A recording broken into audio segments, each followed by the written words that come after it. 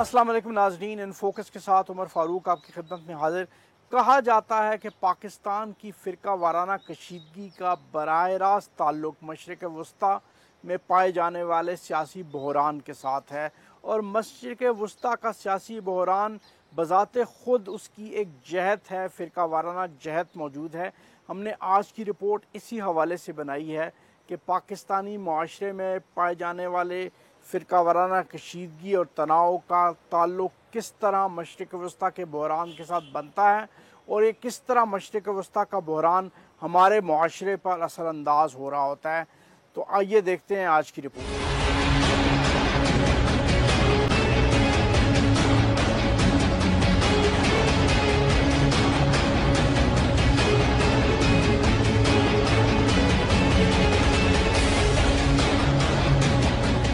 پارا چنار میں ہونے والی وحشیانہ دہشت گردی کے بعد کیا حکمران ملک کی خارجہ پالیسی پر نظر ثانی کریں گے؟ دبے لفظوں میں اس سوال پر بحث تو ہو رہی ہے، لیکن کوئی بھی ملک کے اندر پیدا ہونے والی اس صورتحال کا تعلق خارجہ پالیسی سے جوڑنے پر تیار نہیں ہے۔ پاکستان تیزی سے ایک ایسے فوجی اتحاد کا حصہ بنتا جا رہا ہے جو ملک کے اندر اور باہر فرقہ واریت کو ہوا دے سکتا ہے۔ دیکھیں، ہاں یہ بات دیکھیں، جب بات کریں پراکسی وار کی تو ایک تو پاکستان ویسے ہی بہت ہی خطرناک صورتحال بن کے آئی ہے۔ پچھلے کئی سالوں سے پاکستان کے اندر نہ صرف جو ہے وہ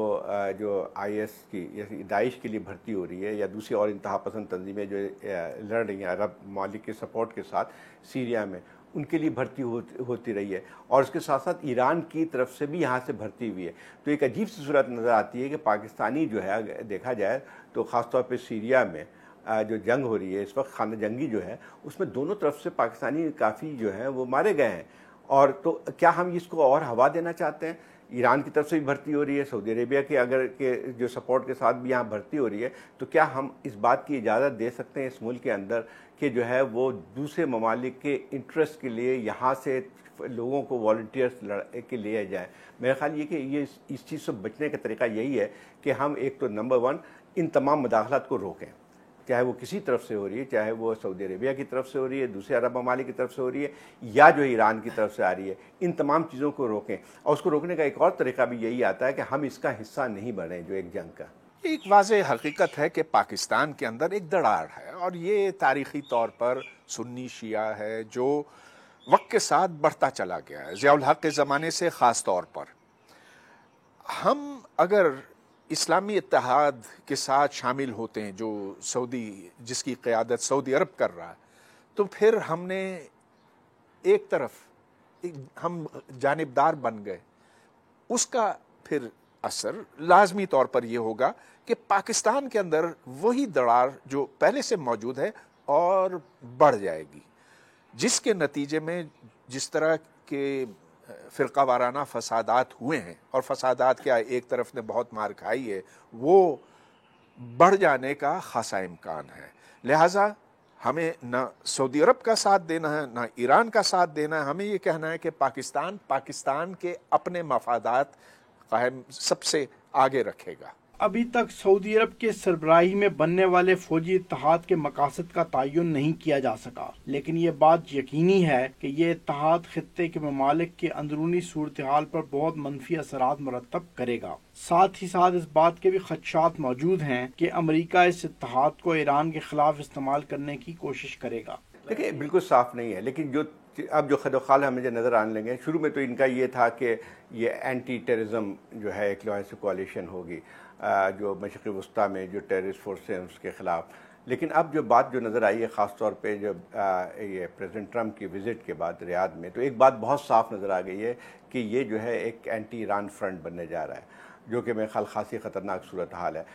پہلے جو ہے اس میں اگر آپ دیکھیں کہ اس میں تقاریر جو ہوئی، اس میں سارا کا سارا محور فوکس جو ہے وہ ایران کے خلاف تھا، اور اس کے ساتھ ساتھ ٹرمپ کی جو تقریر تھی وہ بھی یہی تھی کہ جو ہے ایران کو کسی طرح پر آئسولیٹ کیا جائے۔ تو اس لحاظ سے جو پہلے ایک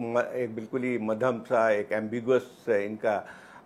رول تو تھا نظر آ رہا تھا، وہ اب تھوڑے اس کے خد و خال سامنے نظر آ رہے ہیں کہ اینٹی ایران فرنٹ بن کے آ رہا ہے۔ لیکن اس میں بھی بہت سے جو ہے مسئلے مسائل ہیں، کیونکہ جو اس کے جو 39 ممالک ہیں اس میں بھی جو کوئی اہم آہنگی نہیں پائی جاتی ہے، اس میں بھی بہت سارے اختلافات پائے جاتے ہیں۔ اس میں ٹرکی بھی آیا تھا، اور اس کے بعد پاکستان بھی اس میں تھا، ایجپٹ بھی تھے اور بہت سارے اور ممالک بھی تھے، لیکن اس میں یہ کہ سب اکٹھا تو ہو گئے تھے اس میں، اور کسی حد تک ٹوکن اپنی سپورٹ بھی دی تھی، لیکن ایک بات صاف ہے کہ جو ہے وہ ان کے سب کے اپنے جو ہیں وہ جو انٹرسٹ ہیں جو ہے وہ بہت ہی ان میں تضاد موجود ہے. تو کہنے کو تو یہ کہا جا سکتا ہے کہ کچھ جو زیادہ تر ممالک ہیں اس میں عرب ممالک ہیں، گلف کے ممالک ہیں، ان کا جو ہے ایران کے خلاف جو ہے اس کو بنانے کا ہے، لیکن وہ شاید بن نہیں پائے گا. لیکن آج کل ہمارے تعلقات جس نوعیت کے ہونے چاہیے وہ نہیں ہیں، اس لیے کہ آپ نے دیکھا کہ وہ جو ایک آپس میں اعتماد ہوتا ہے وہ میں سمجھتا ہوں کہ اس وقت نہیں ہے جیسے کہ دو ممالک میں ہونا چاہیے. اور بارڈر میں بھی کافی بعض دفعہ مشکلات ہوتی ہیں. آپ نے دیکھا کہ فائرنگ کا بھی سلسلہ ہوتا ہے اور کچھ کراسنگز دونوں ممالک سے ایک دوسرے کی ہوتی ہیں جس کی وجہ سے تناؤ بڑھتا ہے. پھر سب سے بڑی جو چیلنج ہے اس وقت وہ یہ ہے کہ ایران اور سعودی عربیہ کے جو اختلافات ہیں اس میں پاکستان کا ایک بڑا مشکل کردار ہے، اس لیے کہ پاکستان یہ چاہتا ہے کہ دونوں ممالک سے اچھے تعلقات رکھے اور اس کی کوشش تو کی جاتی ہے، لیکن ظاہر ہے کہ اس وقت جھکاؤ جو ہے لگتا تو یہ ہے کہ سعودی عرب کی طرف ہے. اور لیکن یہ بھی اس کی کوشش ہے کہ کہیں ایران سے تعلقات خراب نہ ہوں. اور اس میں پارلیمنٹ کا جو ایک ریزولوشن آیا ہے اس سے ظاہر ہوتا ہے کہ پاکستان یہ چاہتا ہے کہ دونوں ممالک سے اچھے تعلقات رہیں اور کوئی ایسی اتحاد میں شامل نہ ہو جو کہ ایران کے خلاف ہو. تو میرے خیال میں پارلیمنٹ کی جو ریزولوشن تھی، جو قرارداد تھی، اس کی وجہ سے پاکستان کی جو حکومت ہے اس کو ایک بڑا فائدہ ہوا اور اس نے ایک ایسی پالیسی اس وقت اپنائی ہے کہ کسی صورت میں سعودی عربیہ کے ساتھ تعاون تو رہے گا اور کافی گہرا رہے گا، لیکن کسی قسم سے فوجی کوئی کارروائی میں یا فوجی کوئی اتحاد میں شامل نہیں ہوگا. اس اتحاد کی وجہ سے پاکستان کے لیے خارجہ تعلقات کے محاذ پر بھی بہت سی مشکلات پیدا ہو سکتی ہیں. اس اتحاد کی بنیاد پر سعودی عرب خطے کے جن ممالک کی مخالفت کر رہا ہے ان سے پاکستان کے بہت قریبی تعلقات ہیں. دیکھیے، یہ بہت اچھا سوال ہے آپ کا، اس لیے کہ یہ ایک بڑا چیلنج ہے پاکستان کے لیے اور تمام مسلمان ممالک کے لیے، لیکن خاص طور سے پاکستان کے لیے، اس لیے کہ پاکستان کے تعلقات بڑے گہرے ہیں سعودی عربیہ سے اور بڑے اسٹریٹجک نوعیت کے ہیں اور بڑے دیرینہ ہیں. لیکن اس کے ساتھ ساتھ پاکستان کے تعلقات قطر کے ساتھ بھی بہت گہرے ہیں اور ان کی نوعیت بھی ایک لحاظ سے کافی کمرشل بھی ہے اور اکنامک بھی ہے، اقتصادی اور معاشی بھی ہے. پھر اس کے ساتھ ساتھ ایران سے بھی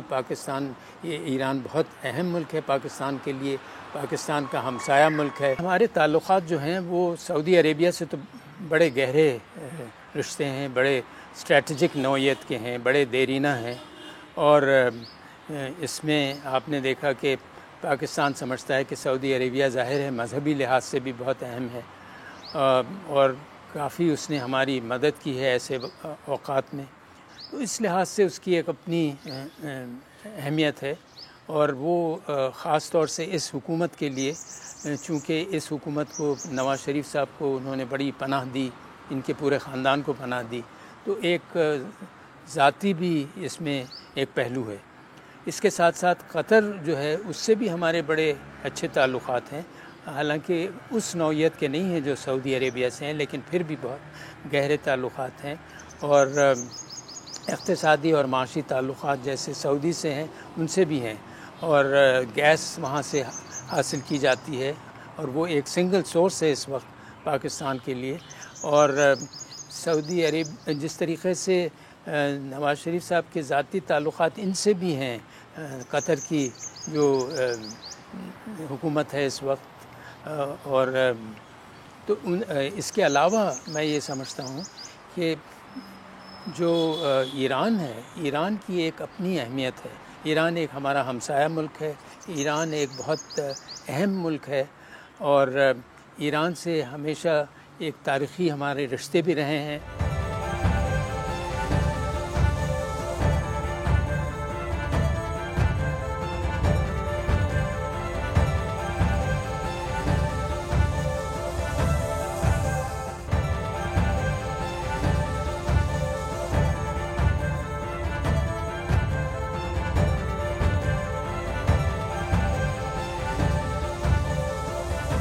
پاکستانی حکومت نے اب تک بہت محتاط رویہ اختیار کیا ہوا ہے، لیکن اسلام آباد میں خارجہ تعلقات کے ماہرین اس بات پر زور دے رہے ہیں کہ پاکستان کو مڈل ایسٹ کے کرائسس سے ایک سیف ڈسٹنس مینٹین کرنا چاہیے، اور اگر ایسا نہیں کیا جاتا تو اس بات کا قوی امکان موجود ہے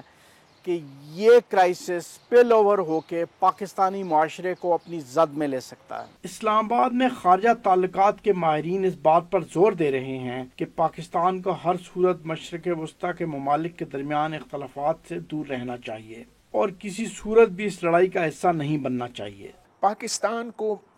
ممکنہ حد تک ان سب سے دور رہنا چاہیے۔ پاکستان کو غیر جانبدار رہنے کی ضرورت ہے، مانا کہ آج ہم مجبور ہیں کہ ہم سعودی عرب کے ساتھ تعلقات مضبوط کریں، لیکن اس کے بڑے نقصانات ہیں۔ ہم ان کی جنگ لڑنے کے لیے تیار نہیں ہیں۔ ہم نے پہلے بھی ان سے یہ کہا تھا کہ یمن میں ہم آپ کی جنگ نہیں لڑیں گے، اور اگر ہم اس کے اندر شامل ہوتے تو آج ہم ادھر جو قتل و غارت ہو رہی ہے اس کے ذمہ دار بنتے۔ ہمیں ایران سے اچھے تعلقات رکھنے چاہیے، ہمیں سعودی عرب سے، ہمیں ہر ملک کے ساتھ برابر کے ایک انتہائی نیوٹرل انداز میں تعلقات قائم کرنے کی ضرورت ہے۔ ہم نے ماضی میں اس کی وجہ سے بہت مار کھائی ہے۔ کبھی ہم امریکہ کے ساتھ جڑ جاتے تھے، آج ہم چین کے ساتھ جڑ گئے ہیں، مگر اس کی وجہ سے ہم خود مختار نہیں رہ سکتے۔ ہمیں ہر ملک کے ساتھ اچھے تعلقات قائم کرنے کی ضرورت ہے، لیکن ہم کسی کے زر خرید غلام نہیں ہیں۔ بالکل ہو سکتے ہیں۔ دیکھیے، اصل چیز تو یہ ہے کہ پاکستان کو ایک تو یہ بہت بڑی وجہ ہے کہ پاکستان کسی صورت میں یہ اتحاد نہیں جوائن کر سکتا، اس لیے کہ اگر پاکستان سعودی عربیہ کا ساتھ دے اور یہ تصور ہو پاکستان کی عوام کو کہ وہ ایک سنی اتحاد میں شامل ہوا ہے اور مسلمان ممالک میں تفریق کر رہا ہے، تو پاکستان میں آپ کو پتہ ہے کہ سنی بھی ہیں، وہ میجورٹی میں ہوں گے، لیکن شیعہ بھی بہت بڑی مائنورٹی ہے، بڑی اہم مائنورٹی ہے، اور اس کو کسی طریقے سے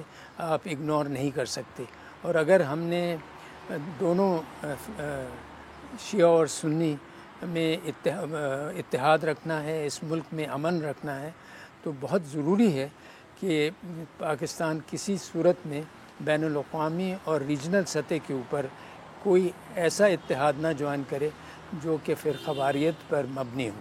مشرق وسطیٰ میں ان عرب ممالک کے درمیان اختلافات بہت پرانے ہیں اور کسی دور میں بھی پاکستان اس لڑائی کا حصہ نہیں بنا۔ تاہم سعودی عرب اور ایران کے اختلافات کی ایک فرقہ وارانہ جہت ہے جس کے پاکستان کے معاشرے پر بہت منفی اثرات مرتب ہو سکتے ہیں۔ ایک بات بہت صاف ہے کہ مڈل ایسٹ میں ایران اور عرب ممالک کے جو اختلافات بہت پرانے ہیں۔ عرب اور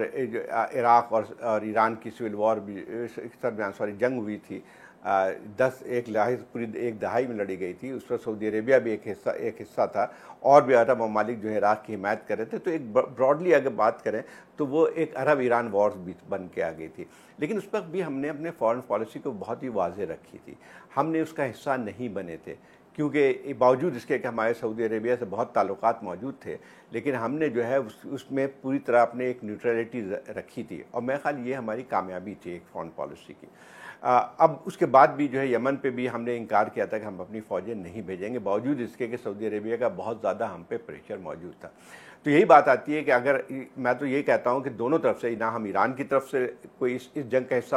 بننا چاہیے، نہ ہی سعودی عربیہ کی طرف سے یا دوسرے گلف ممالک کی طرف سے۔ بات یہ ہے کہ ہماری جنگ نہیں ہے، اس میں تو ہمارے لیے بھی نقصان اتنا ہی ہے جتنے مڈل ایسٹ کے جو ہے۔ بات یہ ہے کہ اگر یہ لڑائی آگے بڑھتی ہے تو اس کے سب سے زیادہ نقصان کس کو پہنچے گا؟ ایک تو سب سے بنیادی طور پہ جتنے اسلامی ممالک ہیں وہ آلریڈی جو ہے سول وار کا حصہ بن کے آ رہی ہیں، پھر اس کے بعد پاکستان جو ایک تھوڑا بہت اس جنگ سے بہت دور نظر آ رہا ہے ابھی ہمیں، تو وہ بھی براہ راست اس کا حصہ بن کے آ جائے گی۔ تو سول وار جب اس قسم کی لڑائی میں آپ شامل ہوتے ہیں، اور خاص طور پر پاکستان جیسے ملک میں جہاں پہ بہت سارے جو ہیں وہ ہمارے یعنی سیکٹیرین وہ بھی موجود ہے، آلریڈی بہت ساری چیزیں یہاں پہ جو ہے مذہبی ایک انتہا پسندی بھی موجود ہے، تو پھر اس کے بعد اور پاکستان میں ایک اور بھی مسئلہ بہت زیادہ ہے کہ پاکستان میں پچھلے 30 سال میں پاکستان کی سرزمین جو ہے ایک پراکسی وار بن کے آئی ہے ایران اور سعودی عربیہ یا عرب ممالک کے درمیان، اور اس میں اسی کی وجہ سے ہمارے یہاں جو ہے شیعہ سنی یا سیکٹیرین جو ہے کانفلکٹ کو تیزی ملی ہے، دونوں طرف سے ہوئی ہے۔ بات یہ ہے کہ اگر 70 اور 80 کی دہائی میں دیکھا جائے تو یہاں بے تحاشا ایسے جو ہے جماعتیں موجود تھیں یا ایسے مدارس بھی موجود تھیں جن کو براہ راست امداد ملتی تھی انتہا پسند آرگنائزیشن کو بھی، جو کہ عرب ممالک سے چیریٹیز کی صورت میں یا ان کی حکومت کی طرف سے۔ اسی طرح ایران کا بھی براہ راست یہاں بہت ساری تنظیموں کے ساتھ تعلق تھا، اور اس کی وجہ سے یہاں پہ اس میں جو سیکٹیرین ایک لحاظ سے کانفلکٹ تھا اس کو ایک ہوا ملی تھی، اور میں سمجھتا ہوں کہ وہ تھوڑی سی جو ہے اگر ہم اس کو مزید اس کا حصہ بنتے ہیں تو وہ پراکسی وار جو ہے بہت تیز ہو جائے گی یہاں پہ۔ دیکھیے، جو میں جہاں تک سمجھا ہوں اس کا تو یہ مطلب ہے کہ آپ بجائے اس کے کہ ایک ملک کئی تمام متحد ہو کر مسلمان ممالک جو ہیں، جو مسلمان ممالک کے عوامی مجموعی چیلنجز ہیں، مثلا یمن ہوا، تو میں سمجھتا ہوں کہ سعودی عربیہ کا یہ خیال ہے کہ یمن میں فرض کیجئے کہ اگر آپ کو ضرورت ہو فوجی اتحاد کو استعمال کرنے کی تو وہ کریں، لیکن آپ کو پتہ ہے کہ یمن میں جس قسم کے حالات ہیں اس وقت وہ ایسے ہیں کہ آپ اگر وہاں اپنے افواج استعمال کریں تو اس کا مطلب یہ ہے، اور فوجی پالیسی کے تحت کریں تو اس کا مطلب یہ ہے کہ آپ ان کے خلاف ایکشن لیں گے جو کہ ایران جن کی حمایت کر رہا ہو یا شیعہ جو فرقے ہیں ان کے خلاف آپ ایکشن لیں گے، تو یہ تو ممکن ہی نہیں ہے پاکستان کے لیے، اور اس وجہ سے میرے خیال میں یہ بڑا ضروری ہے کہ ہمیں یہ سمجھنا چاہیے کہ اگر یہ فوجی اتحاد جو بنایا ہے اس کو سعودی عربیہ یا کوئی ملک کی اندرونی حفاظت کے لیے یا دفاع کے لیے استعمال کرنا ہو، اور جو سعودی عربیہ میں مکہ اور مدینہ ہے اس کی حفاظت کرنی ہو، وہ ضرور پاکستان کے افواج ماضی میں بھی اور مستقبل میں بھی ضرور حصہ لیں گے، لیکن اس کے علاوہ یہ سمجھنا کہ دوسرے ممالک میں جا کر اپنی افواج کو استعمال کریں گے اور سعودی عربیہ کی پالیسی کے ماتحت رہیں گے، یہ بالکل ممکن ہی نہیں ہے۔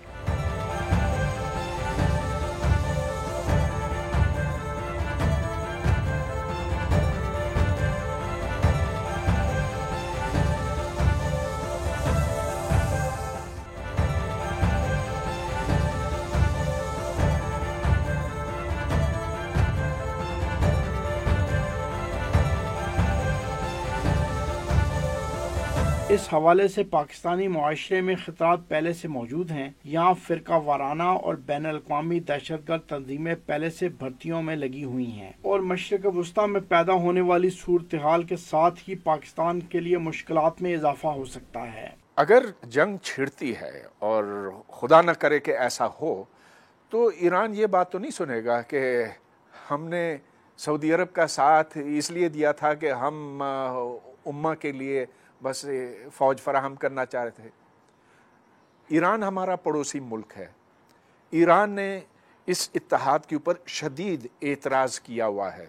بے شک ہمارا فورن آفس وہاں گیا ہوگا، بے شک جنرل راحیل شریف وہاں گئے ہوں گے، لیکن اس سب کچھ کے باوجود ایران نے واضح طور پر یہ کہا ہے کہ ہمیں اس اتحاد کا حصہ نہیں بنے گا۔ دراصل اس کا پورا مقصد ہے کہ ایران کو نشانہ بنایا جائے۔ میں سمجھتا ہوں کہ بہت بڑا خطرہ ہے۔ اب آپ دیکھ لیجئے کہ جب سعودی عرب نے اس بات پر اصرار کیا تھا کہ پاکستان یمن کی جنگ میں شامل ہو جائے، تو یہاں ایک دھڑا جو سعودی عرب کا نوازا گیا ہے، اس نے کہا کہ ہاں بالکل ٹھیک بات ہے، ہمیں سعودی عرب کا ساتھ دینا ہے، گو کہ وہاں پر ایک خانہ جنگی کی صورت ہے، یہ نہیں کہ باہر سے ہم پر کوئی یلغار ہوئی ہے، وہ تو ایک اندرونی جنگ ہے۔ وہاں جنگ اس بات پہ ہے کہ سعودی عرب کہاں کہاں تک اپنا اثر و رسوخ بڑھا سکتا ہے۔ دیکھیں، اس کا انٹرنل سیکیورٹی سے براہ راست تعلق ہے۔ جب میں بات کرتا ہوں نیشنل انٹرسٹ میں، تو سب سے بنیادی چیز یہ ہے کہ ہماری نیشنل انٹرسٹ کو اس پہ خطرہ ہوگا، کیونکہ سب سے بنیادی چیز یہ ہے کہ اگر ہم اس کے ذریعے جو مڈل ایسٹ کی جو ہے سول وار اگر اس کا حصہ بنتے ہیں تو اس کا اسپل اوور افیکٹ جو ہے یہاں پہ بھی آئے گا، کیونکہ مڈل ایسٹ میں جو اس وقت جو ہے سول وار ہے اس کا بہت بڑا ایک لحاظ سے جو فوکس ہے وہ سیکٹیرین ہے، اس کا حصہ ہے، تو وہ پھر اس کا براہ راست پاکستان پہ بھی انٹرنل اس کی سیکیورٹی بھی پڑتا ہے کہ جو ہے اس میں بھی جو ہے ایک دراڑیں پڑ سکتی ہیں، ایک جو ہے جو سیکٹیرین ویسی بھی یہاں پہ ٹینشن موجود ہے، اس کا اثر تو پڑ سکتا ہے، لیکن میں تو اس پہ بات کر رہا ہوں کہ یہ تو ایک اسپل اوور ایفیکٹ بن کے آئے گا یہاں پہ۔ لیکن سب سے پہلے تو یہ سوچنے کی بات ہے کہ کس طرح سے ہمارے نیشنل انٹرسٹ یا نیشنل سیکیورٹی انٹرسٹ کو یہ فوج جو ہے وہ اس کا ایک لحاظ سے فائدہ پہنچا سکتی ہے، بالکل کسی طور پہ بھی نہیں پہنچاتی۔ یہ ہماری جنگ نہیں ہے، ہماری تو کوشش تو یہ ہونی چاہیے کہ مشرق وسطیٰ میں جو سول وار چل رہی ہے اس کو کسی طور پہ ختم کیا جائے، کیونکہ اس کے اثرات براہ راست تمام اسلامی ممالک پہ پڑ رہے ہیں۔ تو وہ جو اگر فرض کیجیے ہم فریق بنتے ہیں تو اس کا مطلب یہ ہوا کہ جو ایک لحاظ سے جو ہے اس کو ختم کرنے کی جو بات آتی ہے ہماری طرف سے بار بار بات آتی ہے تو وہ تو نہیں ہو سکتی ہے۔ پھر یقینی بات یہ ہے کہ جب آپ سول وار کا حصہ بنتے ہیں کسی کے تو اس کے تو اندرونی جو ہے وہ صورتحال پہ تو یقینی طور پہ اثر پڑے گا اس کا۔ ایسے میں پاکستان کے سابق آرمی چیف کی طرف سے اتحادی فوج کی کمان سنبھالنے کے بعد پاکستان کے لیے پیچیدگیوں میں اضافہ ہو گیا ہے۔ میرے خیال میں حکومت کا تو یہ موقف تھا اور کہا تو یہی جاتا ہے کہ ابھی تک کہ جنرل شریف کو جو بھیجا گیا وہ اس لیے کہ یہ کوشش تھی کہ تمام مسلمان ممالک اور اس میں کوئی تفریق کی بات تو نہیں کی گئی تھی اس وقت، اور یہ کہا گیا تھا کہ تمام مسلمان ممالک چونکہ دہشت گردی اور انتہا پسندی کو مسلسل ایک طریقے سے فیس کر رہے ہیں تو یہ بڑا ضروری ہے کہ ایک ایسا فورس کریٹ کیا جائے جو کہ تمام مسلمان ممالک کو متحد کرے اور ان کو ٹرین کیا جائے، اور تاکہ وہ ایک لحاظ سے جہاں بھی ضرورت ہو، اور خاص طور سے ایسے ممالک میں جو جن کے پاس اپنی افواج نہیں ہیں اور ان کو ضرورت ہو تو پھر وہ استعمال ہو سکے۔ اور دوسری بات یہ تھی کہ دہشت گردی اور انتہا پسندی جو ہے وہ ایک لحاظ سے تمام مسلمان ممالک کے لیے اس وقت بڑا چیلنج بنا ہوا ہے، تو اگر یہ فورس اس قابل ہو کہ دہشت گردی اور انتہا پسندی ان ممالک میں بھی ان کی مدد کر سکے تو وہ بڑی حد تک یہ کرے، تو میرے خیال میں یہ تھا۔ لیکن ہوا یہ کہ یہ جو ایران کے بارے میں اور کسی ایران سے اس میں کوئی پارٹیسپیشن نہیں تھی، اس کے علاوہ سیریا اور عراق وغیرہ سے بھی نہیں تھی، تو ایسے لگتا تھا جیسے کہ یہ جو سنی ممالک ہیں ان کا یہ اتحاد ہے اور یہ اس میں شیعہ ممالک کو شامل نہیں کیا گیا۔ یہ میرے خیال میں اس کی بہت بڑی کمزوری تھی اور اس سے بڑے سوالات اٹھے، اور یہ لوگوں نے یہ سمجھا کہ پھر بہت ممکن ہے کہ اس اتحاد کو کہیں ان کے خلاف نہ استعمال کیا جائے۔ تو میرے خیال میں پاکستان نے پھر ایک اپنی پوزیشن لی کہ، اور پھر پارلیمنٹ نے بھی اس کو ایک لحاظ سے آپ نے دیکھا کہ ایک ریزولوشن بھی پاس ہوا جس میں یہ کہا گیا کہ یہ جو کسی صورت میں یہ اتحاد جو ہے کسی ملک کے خلاف یا کسی فرقے کے خلاف ہرگز استعمال نہیں کیا جائے گا۔ میرا خیال ان کو تو جانا ہی نہیں چاہیے تھا راحیل شریف صاحب کو۔ میرا خیال یہ کہ ان کی طرف سے بھی فیصلہ غلط تھا اور یہ حکومت کے فیصلہ بھی غلط تھا۔ حکومت کو یہ سمجھنا چاہیے کہ جو ہے اس کا مطلب یہ ہوتا ہے کہ جب اپنے سابق چیف کو آپ اجازت دیتے ہیں کہ وہ وہاں کی سربراہی کریں اس فوج کی، جس کا ابھی تک خد و قول ہمارے جو نظر نہیں آتا ہے، تو پھر اس کا مطلب یہ ہوا کہ ہم نے شامل کر لیا ہے اس میں جنگ میں۔ تو میں سمجھتا ہوں کہ ان کو یقین طور پہ اب کمپلیکیشن زیادہ ہوگی، بہتر تھا کہ نہیں بھیجا جاتا، لیکن ابھی بھی وقت نہیں گیا ہے، ابھی بھی ان کو واپس بلانے چاہیے اس وقت، کیونکہ اس وقت پھر حالات اور زیادہ خراب ہو جائیں گے کہ اگر اس میں زیادہ شدت آتی ہے اس کانفلکٹ میں مڈل ایسٹ میں، اور پھر جو ہے سعودی عربیہ کا رول زیادہ بڑھتا چلا جاتا ہے۔